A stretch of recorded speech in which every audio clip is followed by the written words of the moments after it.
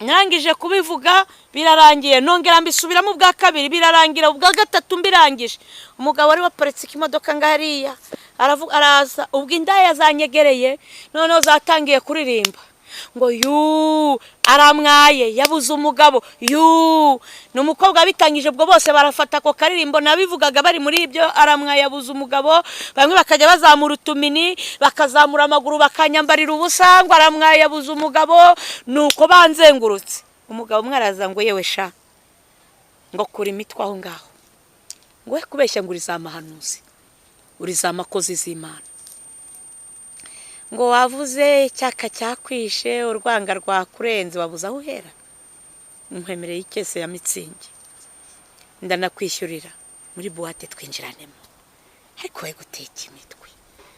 Akivuga gutyo muri ngewe uku kuboko kw'iburyo numvishe kuzamutse mu kirere rimwe. Ako kanya ndavuga ngo ndagushimiye Mana ya Aburahamu, iya Isaka na Yakobo,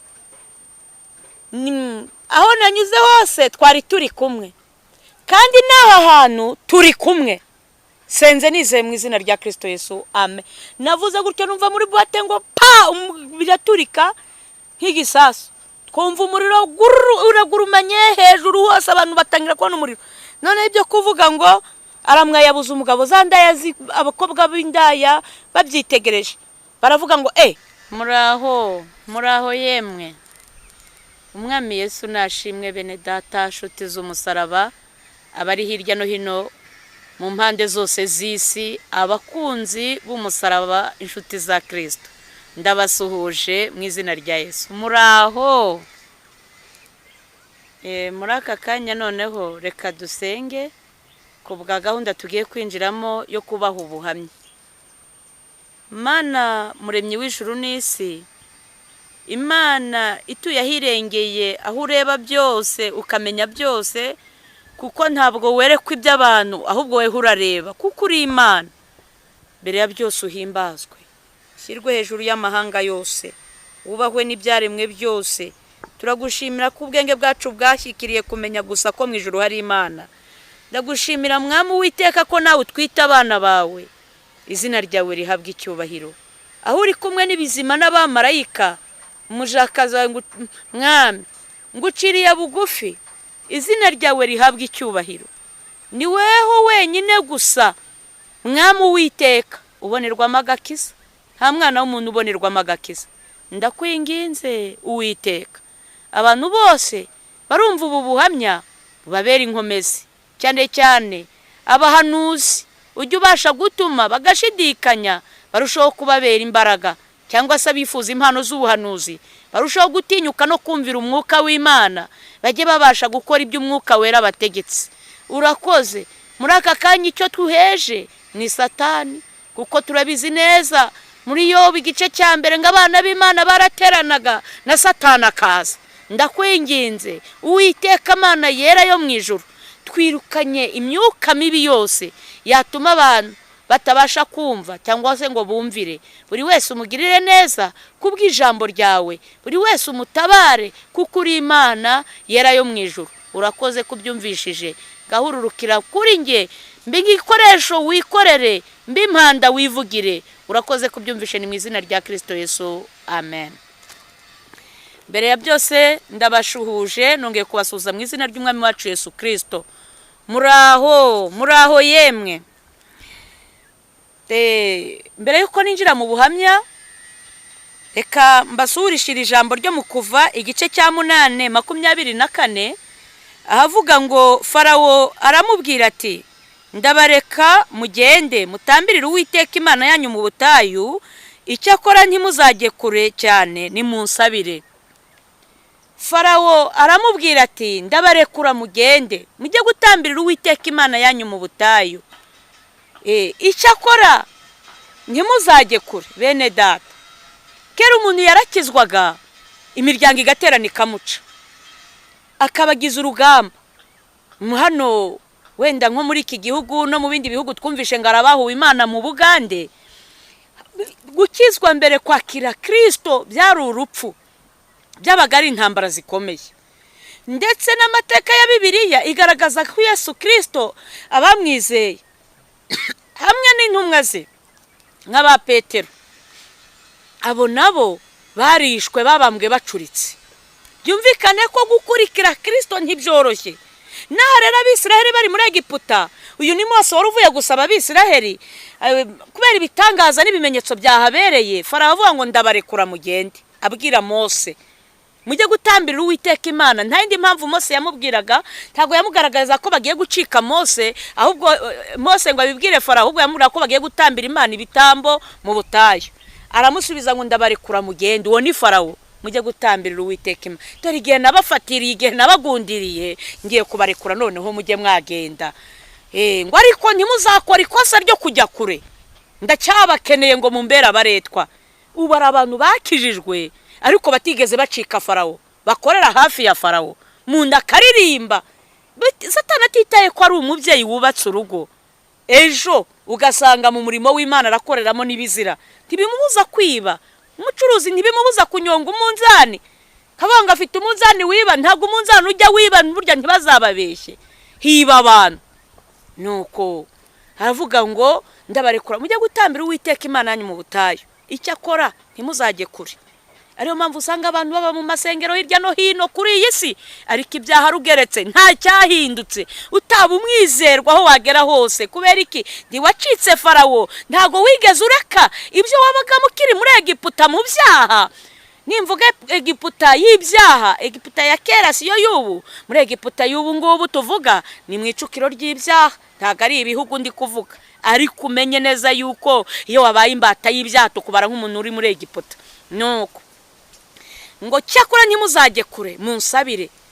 Hari igihe umuntu ahanura asabira Farawo agendereye ko yaguka. Niba uri muri korari ukaririmba ariko ugateranya bene so, uburyo ubusabira Farawo ngo agire imbaraga nawe muri uwo murimo. Mu budiyakoni aho wakwitwara nabi hose, ugendere kwangisha abagenzi bawe bene so, buryo buri gusabira Farawo mu mwanya urimo wose, haba mu bavuga butumwa icyo cyo cyose. Nuko bene data, kubu ngubu gukizwa ntago bikiri ikibazo. Niba mbere barakizwaga bagakubitwa bagacibwa, umugabo akemera guta umugore kubera ko yakijijwe, umugore yashaka yakwemera umugabo yakwakira Kristo bakamwita imbwa mu miryango, ngo abaye igicibwa ntazongera no kunywa inzoga. Ariko ubu ngubu nta ugikizwa ngo abantu barakare, ahubwo n'ibirori n'abapagani bose barabitaha. Kubera iki? Farawo aravuga ati nta kibazo, ikibi nuko mwanja kuri. Reka tuganire ku buhamya, nicyo ngendereye kubwiyerekeranye na Kadirake, kuko benshi bajya bambwira ati tubwira ayo mateka yakubayeho muri 2012. Bene data, nshuti z'umusaraba, narakijijwe. Nakiriye agakiza 2007 mu kwezi kwa 12, mbatizwa 2009 mu kwezi kwa gatandatu ku tariki 20 mu mazi menshi. Maze gukizwa, kubera ko nakijijwe mu itorero rya Pentecote, sanga harimo abantu benshi baba buzura umwuka wera, ntangira kugira amatsiko y'ikintu cyitwa umwuka wera umuntu awuhabwa ati. Batwigisha ku buryo bwo kuwusengera no kwirinda icyaha n'icyenda gusa nacyo. Akantu kose ngerageza kwirinda, hahandi niyo naryaga ntasenze, najyaga kwatura rwose ndikurira. Noneho Imana impagurutsa mu ivuga butumwa, ariko mbanza kwanga, mbwira Imana nti sinavuga ubutumwa utarambatiza mu mwuka wera. Muri uko kwanga rero kajya sengera umwuka wera cyane. Imana ikagikoresha abahanuzi cyangwa ikansanga mu nzozi, ikambwira ngo uransaba ibyo ufite, umwuka wera nawe uguhaye kera ukiri n'umwana muto. Noneho ngibaza ngo uwo mwuka uri hehe? Na benshi bamenyere ko yabuzuye umwuka ari ugutitira, kwizunguza, kuvuga indimi nyinshi, mbese akaba aricyo kimenyetso kigaragaza ko uri mu mwuka.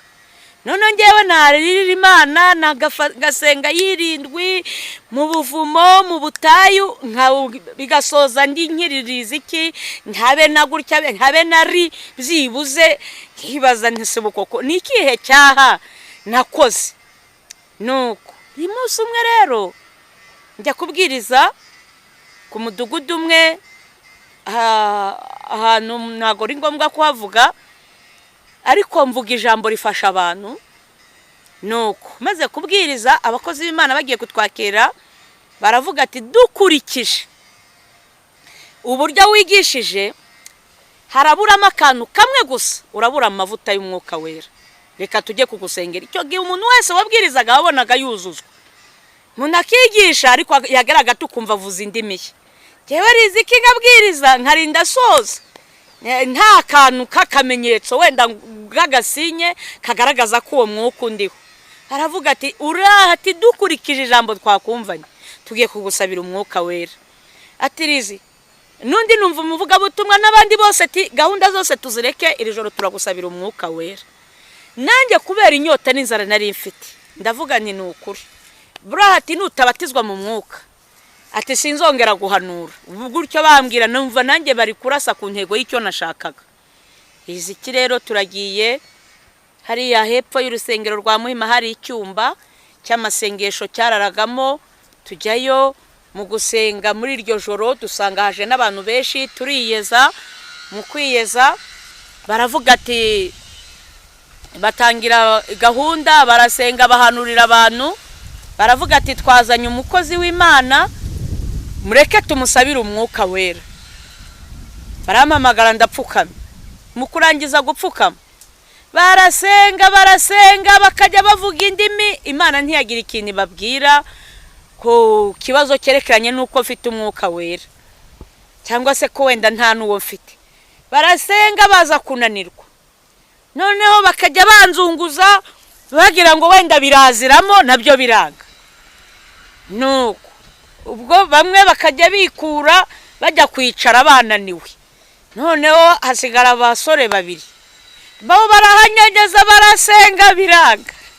Noneho byanze ubwo umwe abavuye mu rushyi no mu bitugu arakubita ati pa, arambwira ngo ski ngwiyoroshye, ngurareba igihe twahereye. Mwene data bwizanye ukuri nk'abantu baba Pentecote buzuye umwuka wera, wakwiyoroshye ute ngo batizwe mu mwuka? Ubu mfite imbaraga ku buryo umwuka wera ngewe atashyigura ngo byibuze nanjye nyeganyeze nk'abandi. Nuko noneho mu gihe rwarushye ndi kurwumva amarira ari kuza, mwaramubwira ati abwira mugenzi we ati ngwino nkubwire, hagara ku muryango gatoya hafi aho numva. Ati dukurikije isengesho twamusengeye n'abantu 30 baba ubatijwemo. Ati birashoboka ko uyu muntu ari icyaha yakoze, undi te ubwo wikeka Imana ahubwo yaguhishuriye, kwino tumwatuze neza. Baraza baranyatuza, umwe arambwira ngo atura neza, ndongera asubira mu byo natuye. Umwe bari kungumu yabavuza indi miti atura vuba no kwikinishiriza muri dushe. Nari ndi mu buzima bungoye bene data, aho nabaga nta dushe yahabaga.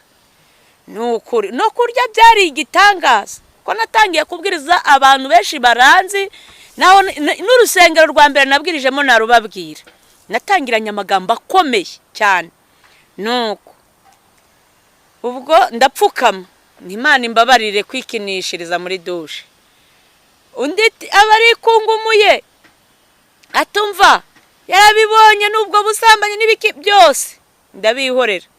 Ndangije umwarabu abavuza indimi ngo ngo mbonye igare ryihuse ngo urapfuye. Ndapfukama nti ni munsengere iryo gare Imana. Bamwe ngo ayiwe nari ndi mu buzima bubi buruhije, ngo banza atazi ikigare risobanura disi ngo nugupfa nti nta kibazo, none se siniyejeje n'ubundi byose ni nkaho napfuye, kuko ubuzima bwanjye bwari bugoye, nta cyerekezo cy'ubuzima nari mfite. Nuko barangije rero ubwo gahunda yari aho ngaho ibirashoje. Mu gusoza kunsengera bakomeza ibyabo, ariko nuko rero bene data nshuti z'umusaraba havamo umugabo umwe w'umuvuga butumwa arambwira ati Rizi ndi umuhanuzi. Nukuri nkurikije ibyaha watuye ngewe ntago umwuka w'Imana yigeze bimbwira rwose, nta nakanyenyeri ko kubona ko wabikoze. Arambwira ati kwa gatanu uzaze turebe aho tujye gusenga, dusengera iki kintu. Kwa gatanu tujyana ahantu nanone mu kindi cyumba, tuhasanga umugabo w'umuhanuzi. Wa mugabo wanjyanye, icyo cyumba cyabaga mu Gitega. Wa mugabo wanjyanye yegera uwo mugabo nanone w'umuhanuzi, aramubwira mutungira urutoki ati uriya muntu mwatuze neza, ntugire ikibazo, ni njyewe umukuzaniye. Wa muntu icyo gihe nari nanutse cyane, nari meze nk'urupfu. Nuko aranyitegereza ati ati mbega ibintu nkubonyeho we, ati ikimenyetso Imana impaye urwaye sida. Ati ndakubeshyera, ndaceceka. Ati n'ikimenyimenyi, ati ni ukuri wipimishije ejo bundi kuri Coronom ku bitaro bya Kimisagara. Nuko ati ndakubeshyera, ndaceceka. Ati vuga se nyine, ati njye sinjya mvangirwa, ati uzabaze. Ati ndakubeshyera. Ndamubwira nti hoya, nti ntabwo ubeshya. Ndeba hasi. Arangije arahaguruka anyongorera mu gutwi, arambwira ati ni ukuri, ati nguhaye ibyumweru 2, nubona ubirangije udapfuye uzamenye ko njyewe kanaka ndahanura. None shakira 5,000 nkugire mu butayu. Ati naho ubundi urapfuye ntiwiriwe. Uretse n'5,000 n'uwari wansaba igiceri cy'ijana ntacyo nari kubona. Nari ndi mu buzima bubi bungoye, nubwo icyo gihe nacishamo ngabwiriza, ariko nari ndi wa muntu ukirya ibyo mu kimbotera. Ndamureba ndaceceka.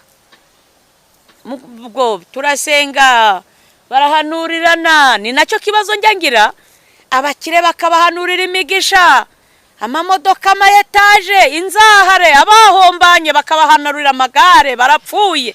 Iyi Mana ikiza abakire, abakene ikabica. Gukomera kwayo kuri hehe koko? Nuko riziki ndangije ndataha. Mu gutaha wa mugabo arambwira ati mbwira ibintu yakongoreye. Ndabimubwira. Arambwira ati n'isura yawe ari kubona irimo 5, we ntari kubona kuri nyakwigendera. Arambwira ati reze mbonye ko abantu bose bari kukuvangirirwaho. Ati Imana y'amahoro izakwitabarire, ariko ubundi uri mu rugamba rukomeye. Ndamubwira nti Imana iguha umugisha, turatandukana. Ariko mbava nafashe icyemezo ko ngiye gusaba Imana umwuka wera. Bava nafashe icyemezo, ndagenda nditegura, shaka umugore dusa naho twakijirijwe rimwe w'umuhanuzi, twajyaga dusengana.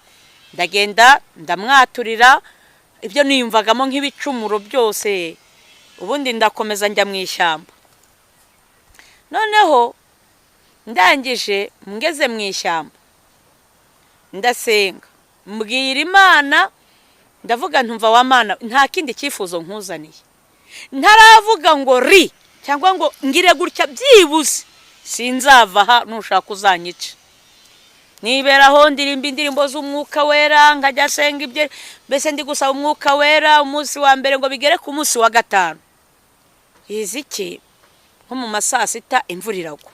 Imvura iguye iranyagira, nari ndi mu ishyamba, muri iriya shyamba rya Shyorongi. Noneho mu kugwa kwa yamvura ihise, izuba rihita riva. Nicaye ahantu hari igishyitsi gutyo ku biti, ndi kumuka ngo nota akazuba, ngiye kubona numva agatotsi karantwaye, mba ndasinziriye. Mu gusinzira numva ijwi rimbwira ngo aka kanya haguruka utahe.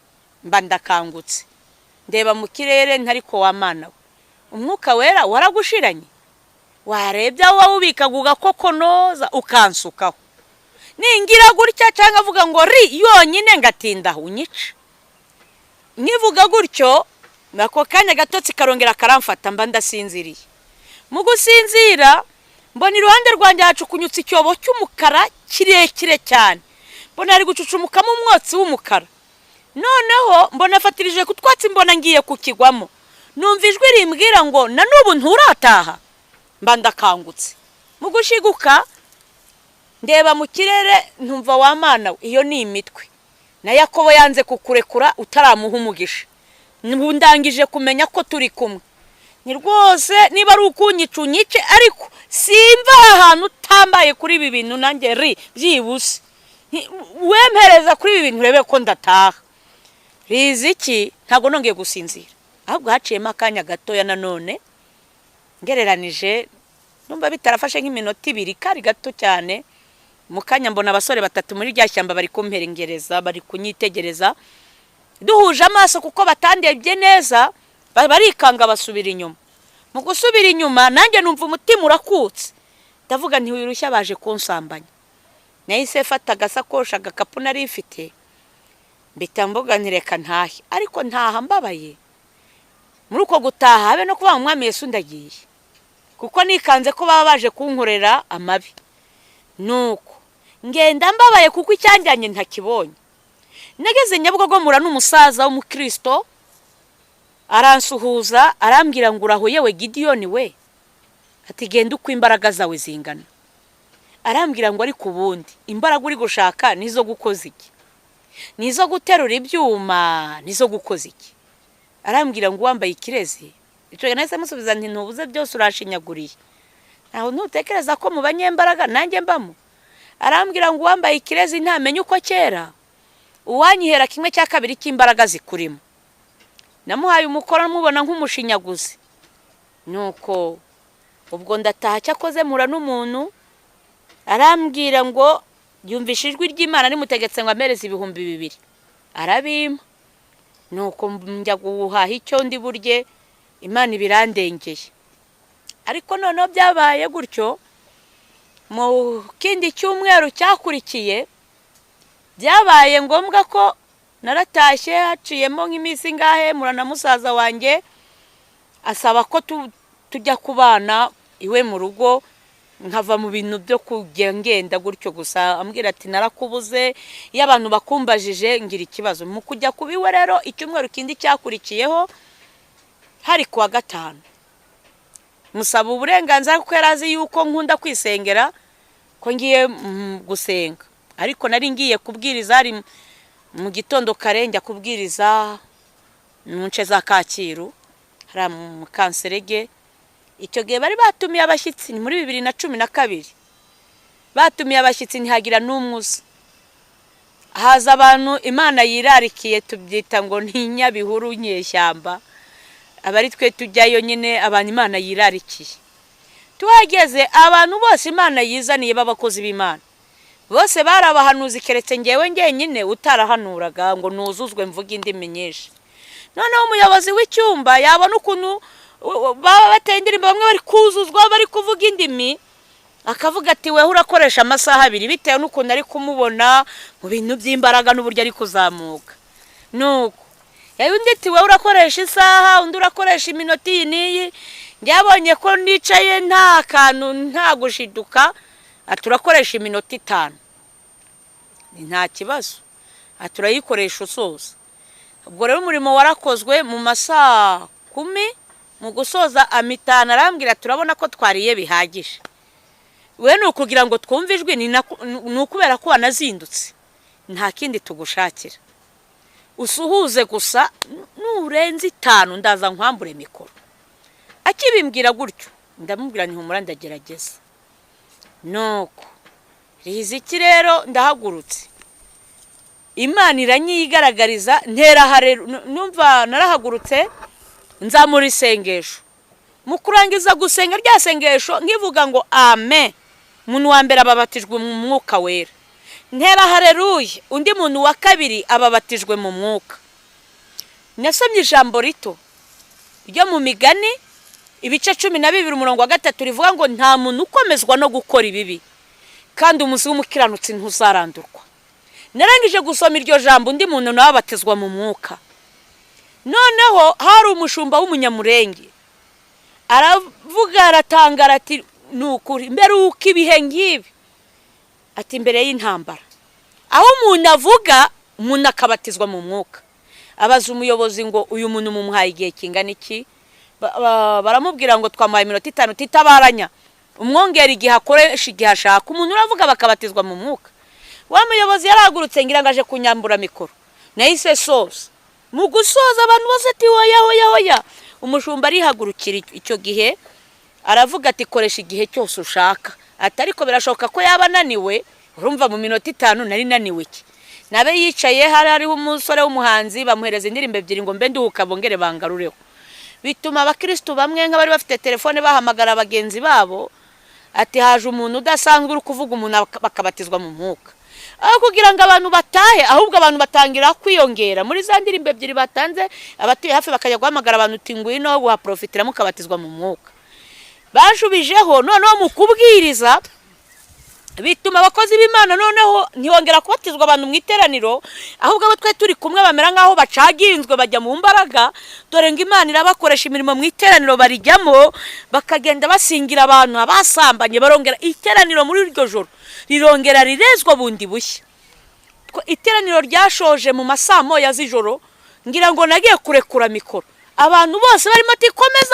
komeza n'abagore bibagiwe ko inshingano z'urugo hari ngira ngo abantu urusengero rwuzuye agira ngo ni igiterane noneho umushumba aranezerwa baratwakira ku rusengero rwose Imana ibaho umugisha bamaze kutwakira umushumba ubwe yikora ku mafaranga ye bwite adutumireza taxi voiture adutumirije voiture tuyijyamo abakozi Imana twarengagaho babiri umushoferi aratubwira ati rero aba bantu mushaka uburyo mubategera anatwe abakozi b'Imana burya abantu bari mu mwuka w'Imana pana ibintu byo kubeshya ntashyari bagirirana baba bakundanye baba bumva ari umwe ikiranga ahantu hari umwuka wera abakozi b'Imana ubwabo babumva babaye umwe aratera undakikiriza ariko mu gihe muzabona habayeho gusa n'akantu kitwa guhangana nta mwuka w'Imana uburaho twari twishimiranye tubwira uwo mushoferi ati nutadutwarira hamwe ubwo wigendere barahamagara indi ati none polisi nifata ati turamubwira ati ntugire ikibazo turagikemura ati turamubwira ubona uturusha amafaranga kandi twese twarinze ahari twarahombanye n'ukuri ngira ngo twese twari duhagaze nabi ya Mana yo kabyara rero dushyiramo turitendeka turangije kwitendeka turagiye tugeze ku Kinamba dukubitana na polisi ngo dukubitane na polisi baraduhagaritse ivatiri bayishyize nka hariya umupolisi umwe ari hakurya y'umuhanda undaje kureba umushoferi iti sinababwiye murayishyura ariko kubera ibihe byiza twari twifitiye bamwe niko babaga bari kuzuzwa hari nk'amagambo y'indimi numvaga bavuga ngo ngo zobe none umupolisi ahengereje abonye abantu bari kuvuga indimi ahabwira mugenzi we ngumva ngo dore ngaba ni babandi batera umwako abwira umushoferi ngo ikomereze wigendere umushoferi itiye na polisi irabazi umugabo umwe ati suratse wowe udusuzugura kuri iyi sari umuntu udusuzugura dore ngo barajya mu mwuka bakamurondora ibyaha nawe kandi koko akabyemera bakamubwira ibintu nawe ari kumva atari ugushakisha twageze Nyabugogo bamwe ati tugiye gusigara hari utuntu turi gushaka nubwo ari nijoro noko mu kuvamo tubanza tubwira umushoferi turamusengera tumwatuza agakiza muri kaburimbo arangije ngewe arankomezanya n'undi muntu umwe twari dutashye Kimisagara ngeze mu rugo sanga musaza wanjye ari kuri machine ari kuri computer numva umutima urikanze ukuntu ngiye kumusanura impamvu ntashye ijoro nashyize isakoshi hariya fata imbabura ngo njye gufatisha arampamagara atirize ngwino hano ndaza arambwira ngo aka kanya ndavuze ngo ryamuruhuke ndamubwira nti mbere ya byose mbanje kugusaba imbabazi ntashye nkesheje ntakosheje ariko ngiye guteka utuntu tworoheje sindi butinde ndakubwira ikintu cyatumye nkererwa ngataha nkesheje nariko nakuzaniye icyo kurya arambwira ati hoya ntubimbwire rwose ndi kukwitegereza mu maso hawe ngabona unaniwe cyane mbabarira uryamuruhuke ndamubwira nti nta munaniro namba nifitemo ndumva ahubwo mfite imbaraga nyinshi ndamubaza none se wariye arambwira ngo humura icyo kurya kirahari uyu munsi nagize konje ku kazi ntago naje ndabitegura akimbwira gutyo numva ngize izindi imbaraga arambwira ngo niba unashonje jya gufata icyo kurya riziki ndamubwira nti ntanzara ndi kwiyumvamo meze neza rwose ahubwo nyihera uburenganzira hari kwa gatanu nigire mu masengesho ya nijoro arambwira ati bundi se ko mbona utapfa kuryama uba wigiriye kwisengera ati gendere nahise fata igitenge ndagikenyera ndagipfundika maze gukenyera igitenge fata isakoshi ku rutugu na Bibiliya mu ntoki, nasohokanye confidence yo mu rwego rwo hejuru, numva afite imbaraga, numva ngiye kujya kiruhura mu rusengero, nkararana n'urubyiruko nanjye nkarara nisengera. Noneho aho kugira ngo twari dutuye Kimisagara kuri station kugira ngo manuke ya Kiruhura, ubwenge buragenda, nzamuke ya Nyamirambo ntabizi, ndakugendera ngeze ku kabari kuri bare ya mbere, gushingura ikirenge ngo nkomeze nzamuke birananira, no kurwana n'ikirenge ngo subire inyuma biranga. Ndebye ku ruhande mbonye akabari, nerekeje mbona birakunze, muri kwa gukunda kwa kabari ngezemo ya narinjiye. Ubwo umusekirite yagize ngo ndumukiriya, yari ninjiye ku neza, bandinje no kuri kontwari kumucuruza aho yarari ahari inzoga, ngihagera mpagarara imbere, mba nkubise ku hanga. Rero ni mwese nimwumve ku Uwiteka Nyiringabo avuganye namwe. Ijambo ubuhanuzi bwo kwa Yeremiya igice cya 51 ku murongo wa 6 buba bumanukiyemo. Uwo murongo uravuga ngo ahangaha ukubw'ubwo buhanuzi bwa Yeremiya 5:6, ayo magambo yayisanza mu mutwe avuga ngo ni muhunge muve muri Babuloni, umuntu wese akiza amagara ye, muticwa muhowe igicumuro cyaho, kuko ari igihe cyo guhora ku Uwiteka. Bene data nshuti z'umusaraba, n'ubu ndagira inama abakristo abankurikiye hirya no hino ku isi, ni muhunge muve mu byaha, ni muhunge muve mu butinganyi buri koreka isi, aho umugabo asigaye abona umugore we ntacyo avuze, akumva akwiriye kuryamana n'umugabo mugenzi we cyangwa agasore. Ni muhunge muve mu byaha by'ubusambanyi. Na n'ubu ndacyabikomeje, ntago mbabwiye ngo muhungire abanyafrika i Burayi cyangwa abanyaburayi ngo bahungire Amerika cyangwa abanyamerika bahungire he, ahubwo ni muve mu byaha muri Babuloni ikomeye. Ndavuga guhunga bamwe bagatega bakajya mu bindi bihugu, ahantu hose urupfu rurahagera, ibyago n'amakuba birahicaye. Ye baba we, ndabagira inama yo guhungira kuri Kristo, muve mu byaha basambanye indaya. Namwe mukeneye amaraso ya Yesu, namwe mukeneye kuruhuka uwo muruho. Abasinzi muragowe, ni muhunge muve mu kabari, dore ko inzoga zabibagije abagore banyu, zibibagiza abana mwibyariye, abagore zibibagiza abagabo mwashatse. Yo mwabaye imbata ya vino, ariko byo byose ntacyo bibamariye. Ni muhunge. Noko dangije ndavuga ngo nkimara kuba gutyo ngo ni muhunge, ako kanya amagambo yanjemo, ntumbaze uko yanjemo, ndavuga ntiyemwe mwabagabo mwe, abagore banyu bararira amarira menshi, abana mwabyaye bishwe n'inzara, barwaye bwaki, abana ntibiga. Imana yabahaye umugisha muzana kwa Maraya yakusindira no kusambanira. Kubw'ibyo nari mfite Bibiliya mu ntoki, ndavuga nti Imana mu ijuru baba ngaba ndasibutse ntibabanguriye inkota. Niyemwe mwabagore mwe, mwasize mubeshya abagabo banyu ko mugiye muri misiyo z'akazi, ni kandi muje kwinezeza no kwisambanira. Ni kubw'ibyo Imana ibanguye inkota yayije kubasya. Niyemwe mwabasore mwe, namwe mwabakobwa mwe, n'ababyeyi bararira, bari kurira amarira menshi. Igihugu cy'u Rwanda gifite isoni zo kubitirirwa ko muri abana b'u Rwanda kubera ubusambanyi bwanyu, uburara bwanyu, kwiyandarika kwanyu, kwambara ubusa kwanyu. Kubw'ibyo Imana yo mu ijuru ibabanguriye inkota, muhindutse intumbi ku misozi, mugiye kuribwa n'inyoni nkongoro. Nuko navuze gutyo batangiye kunkurura bansohora, bari kuvuga ngo uyu mugore ari gusakuza, uyu mugore ari gusakuza, ngo ari kudusakuriza, ngo ni mu musohore. Bandasohotse, ariko nageze hanze narangije kubivuga byose. Noneho bimaze kugenda gutyo, naragiye ngeze ku kandi kabari, sinaruhanije n'amaguru, nahise ninjiramo mu kandi kabari. Nyigeramo nanone nti mwese nimwumve. Ijambo ryo ku muhanuzi Obadiya riba rimanukiye mu mutwe, naryo riba riraje. Ni ijambo Obadiya agira igice kimwe cyonyine ku murongo wa 15, rivuga ngo dore umunsi w'Uwiteka uraje, uziye amahanga yose, uko wagenje ni kuzagenzwa, ibyo wakoze bizagusubira ku mutwe. Subira muri ya message y'abagabo n'abagore ndetse n'abasore n'abakobwa y'urubyiruko. Naho narangije kubivuga bansohora, ati uyu mugore ari gusakuza. Nkomeza gutyo nzamuka Nyamirambo, ngera kuri tapi rouge, navuze ku kabari kari munsi y'umuhanda kegereye kuri kaburimbo.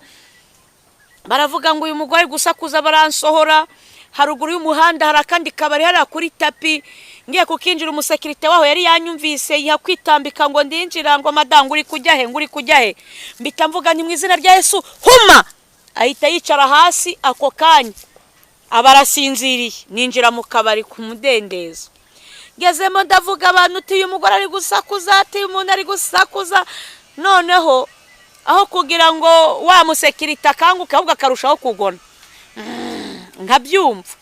Ndangije nasohotse mu kabari ndigendera, ndangije kubivuga ndakomeza no manuka no hepfo, ngeze kuri 40 ya Nyamirambo, gusohoka mu kabari basohora, mba mbonye abagabo 4 bari mu muhanda wa kaburimbo bari kunywa tuno tuyoga, niba ngo batwitango, niba ari Uganda waragiye, niba ari iki, niba ari chief, tuba mu ducupa duto cyane, bagira ngo nutuzi bari kunywa.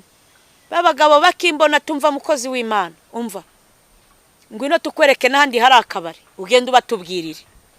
Abantu ngiye urutoki n'ahantu umuntu yinjira ameze nk'agakorodoro, ariko imbere arimo akabari gakomeye, koko sinari no kuhamenya. Uri Imana nta bitazakoresha, n'amabuye iravuga ngo yayakoresha koko. Ninjiramo ndavuga, mu gusoka sagaga bantegereje hafi, ati ngwino tukwereke n'ahandi hari akabari. Bagenda bari kunyereka utubari turi kuri 40, ninjiramo mvuga, ndangije barambwira ati rero utwingenzi twari tuzi hano turarangiye. Barambwira ngo ese ufite agatege ngo tukwambukana igikondo tujya kukwereka handi hari utubari dutsitse nabo batubwirire. Ndabwira ni hoya, nta gahunda ya gikondo ufite, ariko nagendaga mu mutwe wanjye nta cyerekezo cy'ahantu ngiye kujya hariho. Nuko ubwo noneho umugabo umwe aravuga ngo ugendane n'Imana, nanjye ntiyego. Undi tugendane n'amahoro y'Imana, nanjye ntiyego. Uwa gatatu uti Imana yo mwijuru iguha umugisha, ntiyego. Uwa kane ati abatwagiraga abakozi b'Imana 5 muri uyu mujyi wa Kigali hari icyahinduka, ati Imana y'amahoro ibane nawe, ntiyego. Ndigendera ndakomeza kuri Sky Hotel, nkomeje mu mujyi, ngeze kwa Rubangura nkubitana n'polisi, imodoka y'abapolisi mu muhanda, nkibabona ndasimbuka, ndavuga ni mwumva uko Uwiteka Nyiringa bavuganye namwe. Hanjemo amagambo ndavuga, birangije nta wigeze avuga ati bite byawe, uko bamfashe n'Imana ikuzi nge simbizi, nta wigeze mbaza ati bite. Ndangije ndikomereza, nindenze rompuwe mu mujyi, nkomeje hepfo ku rusengero rwa Catholique, Eglise Catholique rwa Sainte Famille, mbankwitenye n'abasirikare bari kuri patrouille. Ndasimbuka nanjye ntumbaze uburyo nasimbutse mu birere, ndongera nti ni mwumva uko Uwiteka Nyiringa bavuganye nawe. Mbona barahagaze bose, abasirikare barahagaze, bene data. Uretse kubeshya ntabwo umusevire yahagarika abasirikare, kandi nanjye singe, ahubwo ukuboko kwera k'Uwiteka guteye ubwoba. Imana yo mwijuru ni nyakubahwa. Sirikare barahagaze, muri nge hamanutsemo amagambo, ndavuga ibireba abasirikare. Narangije kuvuga ngo n'Uwiteka uvuganye namwe ibyo, amina. Abasirikare barikomereza, nta namwiriwe twigeze tuvugana, barikomereza. Ariko nkimara kuvugana n'abasirikare, ariko navuye ku bapolisi, numva ngitandukana n'abapolisi njya kuri rompuwe, numvisha ari nk'umuntu umennyeho amazi, numva ngize izindi imbaraga. Mwe n'abasirikare tumaze gutandukana, numva mbaye munini cyane ku buryo nduta etage. Ntago nagusanura ubunini, numyiyumvagamo ukuntu mbaye mugari. Numvaga natera umugari etage ikagwa hasi, cyangwa se nkaba nashwanyuza akamodoka kagashwanyuka. Numvaga izo mbaraga mu buzima n'ubu ngubu, ariko ni naho nemera ko zira mbaraga Bibiliya ivuga ku ba Samusoni bashwanyuzaga intare. Ni ukuri Imana ibitse imbaraga twe tudatekereza nyinshi. Zira mbaraga Imana haye ba Dawidi bakajya bashwanyaguza intare n'amadubu, n'Uwiteka wabaga yabicayemo.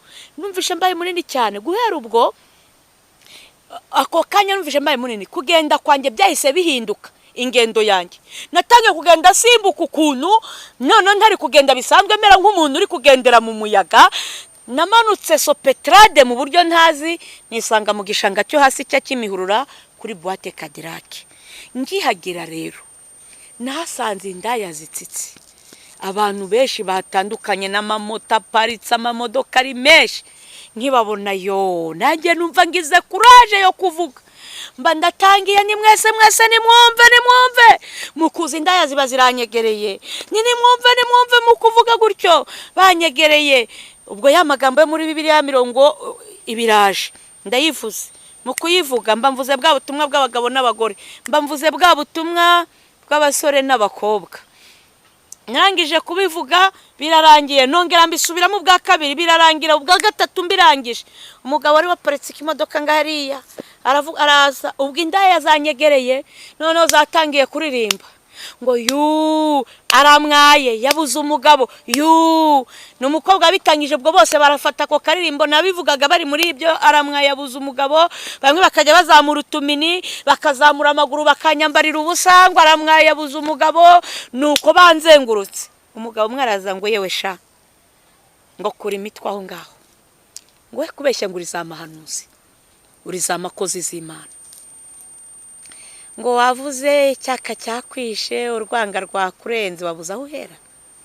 Muhemereye ikese ya Mitsingi ndanakwishyurira muri buwate twinjiranemo, ariko we guteka imitwe. Akivuga gutyo muri ngewe uku kuboko kw'iburyo numvishe kuzamutse mu kirere rimwe.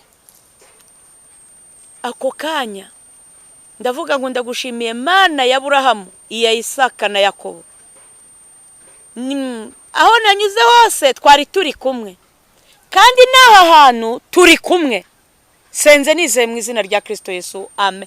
Navuze gutyo numva muri buwate ngo pa biraturika nk'igisasu, twumva umuriro uragurumanye hejuru hose, abantu batangira kubona umuriro. None ibyo kuvuga ngo aramwaye yabuze umugabo, zandaya abakobwa b'indaya babyitegereje baravuga ngo ngo wa mugore n'umuhanuzi, wa mugore n'umuhanuzi. Abari barabo bose ati wa mugore n'umuhanuzi. Ari abamotari babavuye ku mamoto, bamwe baza kunyitegereza. Noneho nanjye ndi kwitegereza abantu bari gusohoka muri buwate barimo ngo yiwe turapfuye. Ako kanya numva ijwi riturutse inyuma yanjye, numva rirambwiye ngo wirushya baragufunze. Niba ari ry'Imana niba ari rya Satani, Imana niyibizi, kuko ryarabimbwiye. Umutima urakuka, ugikuka numva pipi, numva nuzuye ubwoba bwa bunini na zambaraga. Buriya mpamvu bene data bakozi b'Imana bari kunyumva hirya no hino, ubwoba ni intwaro ya Satani, ubwoba ni ikintu kibi. Nagiye kumva numva bwa bwoba bwa bunini buranyegereye nk'ikanzu nambaye, numva zambaraga zimfasheho. Numva ni nk'umuntu kwera ko umutima uri kugira ubwoba uri gutera, numva ni nk'umuntu uri kuyinkuramo. Numva imbaraga ziragiye zikigenda, umutima uratera noneho. Ariko niko abantu bari kubyigana baza kundeba mu maso, wa mugore n'umuhanuzi, wa mugore n'umuhanuzi. Noneho mu gihe bavugaga gutyo ndatekereza ntwafumyamo nkiruka, mpindukiye bose babyiganira kuza kundeba mu maso aho nerekeje.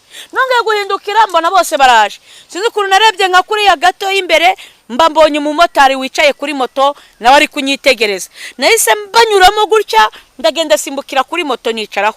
Nongora umumotari ntumva nturukire Nyabugogo, umumotari barayakisha.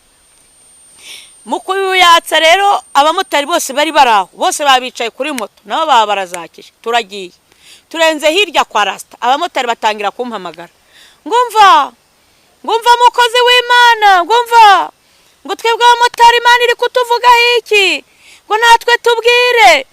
Aha bene data nshuti z'umusaraba, hanyibutsa iteka ijambo ry'ubuhanuzi bwa Yesaya 5:5 bari ku 6 bavuga ngo nimushaka Uwiteka bigishoboka kwabonwa, ni mumwambaze akibari bugufi.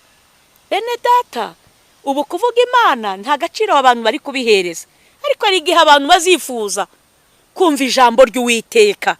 Hari igihe abantu bazifuza kubwirwa amagambo y'imbuza baburira ngo bareke ibyaha bitagishobotse, kuko ijambo ryarambwiye mu itangiriro ngo umwuka w'Imana ntazahora arushyanya n'umwana w'umuntu. Bene data, nubona nkubwira ngo rizikireka kwiba, ntabwo ari njye wibiraga, ni reka da niwe wari uri kwiyibira. Ariko ndakubwira nguko nzi neza ko bizakugiraho ingaruka mbi, kandi uretse n'ibyo niyo bagufasha hano hanze uhura n'akaga gakomeye. Ariko ubiretse ari wowe bikubera amahoro, kandi no mwijuru umunsi w'urubanza ntibizakujyane mu muriro utazima. Niyo mpamvu nkubwira ngo reka gusambana no mu buzima busanzwe bikugiraho ingaruka mbi. reka gusebanya, reka ishyari, urwango mu bantu. Niba wumva ukeneye ko abantu bagukunda, nawe ishyiremo kubakunda, bizakugirira umumaro. Okay. Reka kurya imitungo y'abandi no guhuguza utw'abandi, kwiba imfashanyo z'abandi, kuko uwicisha inkota nawe azayicishwa. Shobora nawe kugira gutya, ejo hazaza bakazakwiba hakomeye, bakaguhuguza ibyawe, cyangwa bikagera ku bana bawe. Ariko bibaye byiza wakiranuka kugira ngo ejo hazaza bizakubera umugisha. Twaragiye tugeze ku Kinamba cy'Akakiru, kiraro cyambuka Kacyiru na Muhima. Kuri icyo kiraro mo hasi tubona akamoto gasa n'akazamuka gakomeza aho twari tuvuye. Abamotari bahamagara abari bandi inyuma, bari benshi. Umva mukozi w'Imana, bahamagaye wo mumotari, umva wetse, ugiye turi kumwe n'umuhanuzi uvuye gutwika Cadillac. Wa mumotari nawe yahise akatira imbere yacu, turakomezanya. Numva umutima urushijeho gutera mu mutwe, ubwoba buba bwose. Twageze Nyabugogo, mbira umumotari ntihagararira.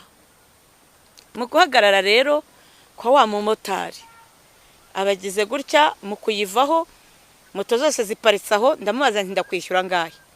Umumotari yari ameze nawe nk'uwacanganyukiwe, yari yayiparitse nawe yayivuyeho. Arambwira ngo umva mukozi w'Imana, hari amafaranga yawe nkwatse. Umva akajya yigira utuntu nk'abasazi. umva we sabira umugisha, hari amafaranga yawe nkwatse. Nahise nzamura ikiganza ndavuga nti Mana ya Aburahamu, ya Isaka na Yakobo, uyu muntu yagendanye nanjye, umuha umugisha mu izina rya Yesu, amen. Yahise yicara kuri moto na kuraje barayakije, yayikase nda nko kwikubita hasi yishimye ngo Imana imuhaye umugisha. Abari baraha abamotari suko byegana, urahati imbabarira bari ngiye gutwara hasigaye, undi timbabarira nanjye ngutwara, abandi tindabizi ko mubo wakwemera ko ngutwara, wewe nge ntiwanyemera, mbabarira byibuze wicare kuri moto yanjye byonyine. Havamo umugabo umwe arambwira ngo umva, moto yanjye irimo essence, naho waba ugicyanguko icara aho tugende, nta n'igiceri cy'atanu nkwaka, nanjye nkorera umugisha.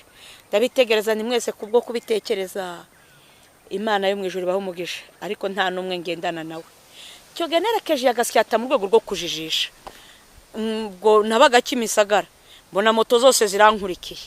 Noneho bamwe akajya bagenda imbere yanjye bakata, bakajya bambwira ati humura, uragukoraho turamwereka. Ariko ngenda umutima uri kundya nibaza aba bamotari ndaberekeza he. Nkibaza se ngiye mu gishanga, nzamuke mu ishyamba, shaka ahantu ndibwerekeza abamotari biranyobera. Tugirenze ku ka etage ko mu Gasyatanu bakunda kwita ni ku ka etage kandi karahari. Imbere hari akabari. Ninjiye muri ako kabari, moto zose ziba ziparitse aho, ariko sininjiyemo nka mbere kuko nta mbaraga nari ngifite. Nahagaze ku muryango, moto zose ziba ziparitse aho. Tagiye kuvuga ngo ni mwumve, abamotari bandusha amajwi ngo ni mwumve, uyu ni umuhanuzi ngo yavuye gutwika Cadillac.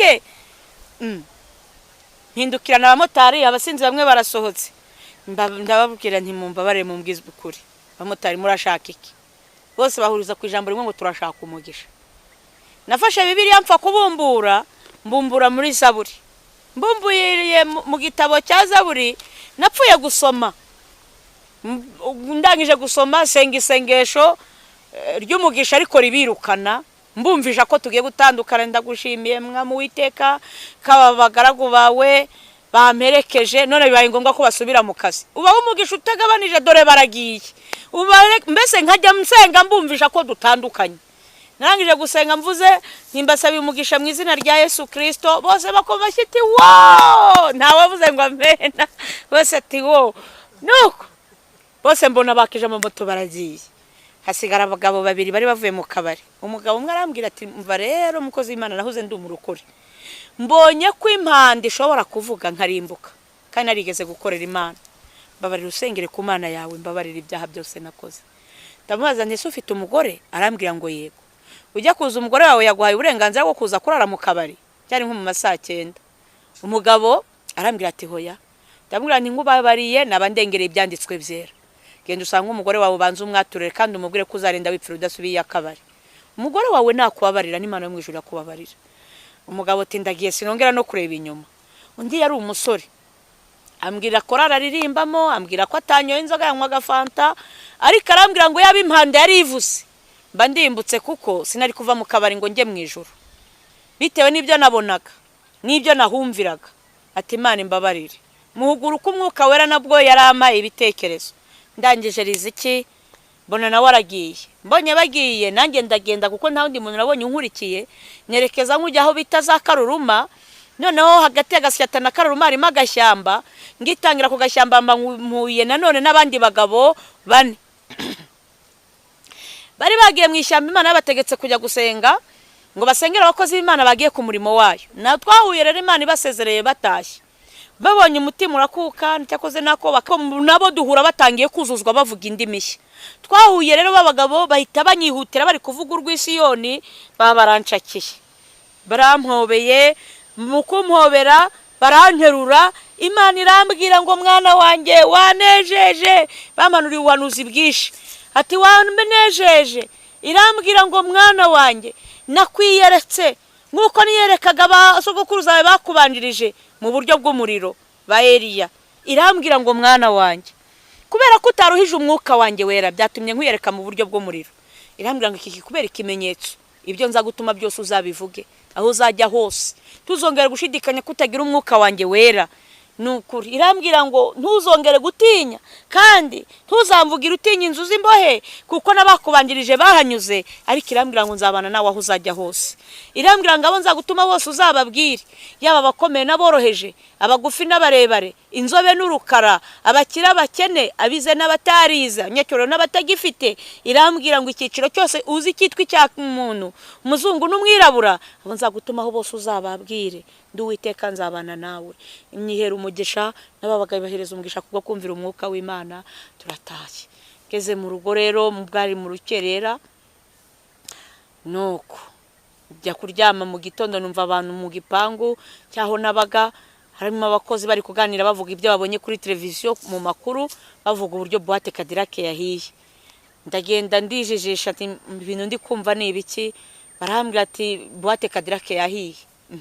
None se yabaye inkongi y'umuriro ni sirikwi muri amashanyarazi? Ariko ati hoya, numva umukobwa umwe aravuze ngo bavuze ko hari umuhanuzi wahaciye, numva umutima urakutse.